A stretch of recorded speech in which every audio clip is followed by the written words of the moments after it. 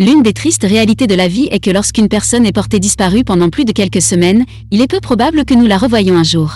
Une étude menée dans l'État de Washington a révélé que si une personne de moins de 18 ans est emmenée contre son gré, son risque de mourir augmente de 74% si elle n'est pas retrouvée dans les 3 premières heures de sa disparition. Sofia Juarez a disparu en 2003 et sa famille n'a jamais abandonné l'espoir qu'un jour elle reviendrait à la maison.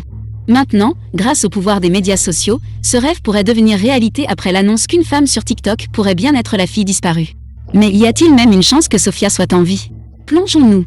Sofia Lorenzo Juarez est née le 5 février 1998 de ses parents Maria Juarez et Andrés Gutiérrez Abraham en Californie.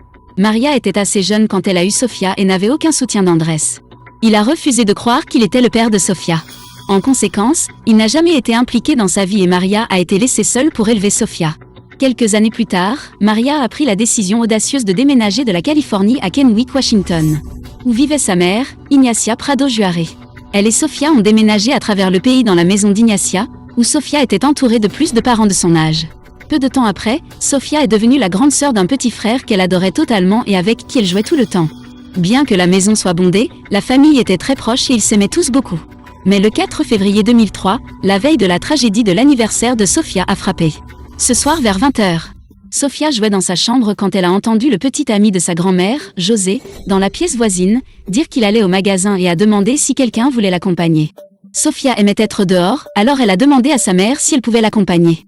Maria a dit oui et a donné à Sofia $1 à dépenser au magasin avant de l'aider à attacher ses baskets et de l'envoyer sur son chemin. Cependant, personne n'avait dit à José que Sofia voulait l'accompagner. Alors quand elle courut dans l'allée pour monter dans sa voiture, elle vit qu'il était déjà parti. On pense alors qu'elle a commencé à marcher seule vers le magasin, dans l'intention d'y rencontrer José, car il n'était qu'à 5 pâtés de maison. Mais après que Sofia ait quitté la maison cette nuit-là, elle n'est jamais rentrée à la maison. Il a été signalé qu'elle marchait en direction du magasin. Quelques personnes l'ont remarqué dans la rue parce qu'elles trouvaient étrange qu'une personne de l'âge de Sofia se promène seule à cette heure de la nuit. Personne à la maison n'a réalisé que quelque chose n'allait pas jusqu'à ce que José revienne du magasin sans Sofia. Lorsqu'ils ont réalisé qu'il y avait eu une mauvaise communication et que Sofia était toujours seule, sa famille a été horrifiée et a immédiatement commencé à la chercher. Maria a appelé la police, qui s'est précipitée vers la maison dans les 3 minutes suivant l'appel téléphonique. Et l'une des enquêtes les plus intenses de l'histoire de Washington a commencé. Ils ont commencé par faire du porte-à-porte dans le quartier, juste pour voir si un voisin a vu Sofia se promener toute seule, et l'a emmenée à l'intérieur pour la protéger. Cependant, même si les recherches ont duré longtemps dans la nuit, ils n'ont rien trouvé. Pour la première fois dans l'histoire de Washington, la police a émis une alerte Amber pour Sofia. Les alertes Amber sont des messages d'urgence émis lorsqu'un organisme d'application de la loi détermine qu'une personne de moins de 18 ans a été enlevée illégalement et qu'elle est en danger imminent. Les autorités ont utilisé toutes les ressources disponibles pour tenter de retrouver Sofia, impliquant même le FBI. Des chiens odorants ont été utilisés pour essayer de déterminer l'itinéraire qu'elle a emprunté, ainsi qu'une imagerie thermique et des caméras de vision nocturne. Le 11 février, une veillée aux chandelles a eu lieu pour Sofia. Plus de 300 personnes y ont assisté, qui ont toutes marché de la maison de Sofia à l'église Saint-Joseph. Pendant des jours, plus de 500 policiers, agents du FBI et bénévoles ont fouillé les bâtiments et les véhicules pour retrouver la jeune fille. Malgré leurs efforts, très peu indiquaient où se trouvait Sofia ou ce qui lui était arrivé cette nuit-là. Ce qu'ils avaient, c'était un nombre décent d'observations présumées, le dernier espoir qu'ils avaient de trouver Sofia. La première observation est venue d'un de ses jeunes parents qui a affirmé avoir vu Sofia marcher dans l'allée avec une étrange camionnette vêtue de vêtements noirs. Cependant, en raison de l'âge du garçon, l'affirmation a été considérée comme peu fiable. En mai 2003, ils ont signalé qu'ils recherchaient un véhicule et son chauffeur qui se trouvaient dans les environs au moment de la disparition de Sofia. Ils ont tenu à préciser que cette personne n'était pas nécessairement impliquée dans sa disparition. Ils voulaient juste faire un suivi et voir s'il avait vu quelque chose de suspect. Le véhicule en question était une camionnette orange délavée du milieu des années 90 avec une plaque d'immatriculation qui avait un double J dans le numéro. Le conducteur de la camionnette était un homme de race blanche avec une épaisse barbe blonde entre 35 et 40 ans. La police croit fermement qu'il s'agissait d'un cas d'enlèvement perpétré par une personne extérieure à la famille de Sofia. José a été exclu en tant que suspect après une enquête de la police. Une théorie était qu'il avait emmené Sofia avec lui au magasin après tout, mais pendant leur sortie, il lui avait fait quelque chose. Ils ont également enquêté sur le père de Sofia, Andrés. Il a été coopératif et a dit à la police qu'il ne savait même pas que Sofia avait disparu et qu'il ne l'avait jamais rencontrée. Il leur a fourni un alibi vérifiable et a été exclu de l'affaire. Bien sûr, il existe une théorie selon laquelle Sofia n'a jamais quitté la maison cette nuit-là. Bien qu'il y ait eu des observations supposées d'elle marchant dans les rues, celles-ci n'ont jamais été confirmées, donc personne ne peut dire avec certitude qu'ils l'ont vue dehors cette nuit-là. La théorie est que quelque chose est arrivé à Sofia à l'intérieur de la maison qui lui a coûté la vie, que ce soit un accident ou intentionnel, et la famille a choisi de le dissimuler. À mon avis, c'est très tiré par les cheveux. D'une part, il n'y a jamais eu de preuve indiquant que Sofia est décédée dans la maison. Kat ou ses chiens ont été amenés sur les lieux dans le cadre de l'enquête initiale, et ils n'ont jamais alerté quoi que ce soit dans la maison. De plus, tout le monde savait que sa famille l'adorait. Et quelles sont les chances qu'ils parviennent à convaincre chaque personne de ce foyer de se taire ? En l'absence de preuves solides ou de pistes, l'affaire a commencé à se refroidir. Le visage de Sofia a disparu de la couverture des journaux et son cas est devenu une autre légende urbaine non résolue. Près de 6 ans plus tard, sa famille a été frappée par une autre tragédie lorsque Maria est décédée subitement. Elle avait récemment déménagé à Sacramento, en Californie, avec son petit ami après avoir donné naissance à un fils.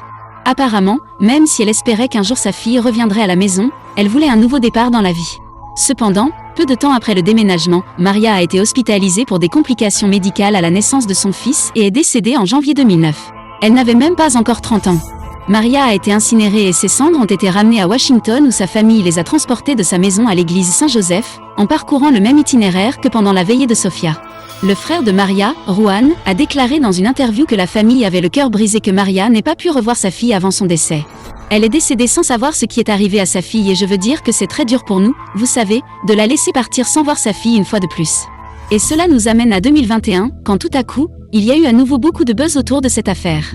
Cela fait 18 ans que Sofia a disparu lorsqu'un nouveau témoin s'est présenté avec une observation potentielle de la nuit où elle a disparu. Le témoin affirme avoir vu Sofia marcher à proximité du magasin et qu'elle était emmenée par un homme. Le témoin dit que Sofia pleurait lorsqu'elle a été relâchée. Ils ont donné une description détaillée de l'homme à la police qui a choisi de ne pas encore divulguer les détails au public. Et puis il y a eu la vidéo. Le 15 mars 2021, un utilisateur de TikTok dans un Akayala a publié une interview qu'il a faite avec une jeune femme vivant à Culiacán, au Mexique. Selon la femme dans la vidéo, elle a 22 ans et elle a été enlevée à sa famille il y a des années.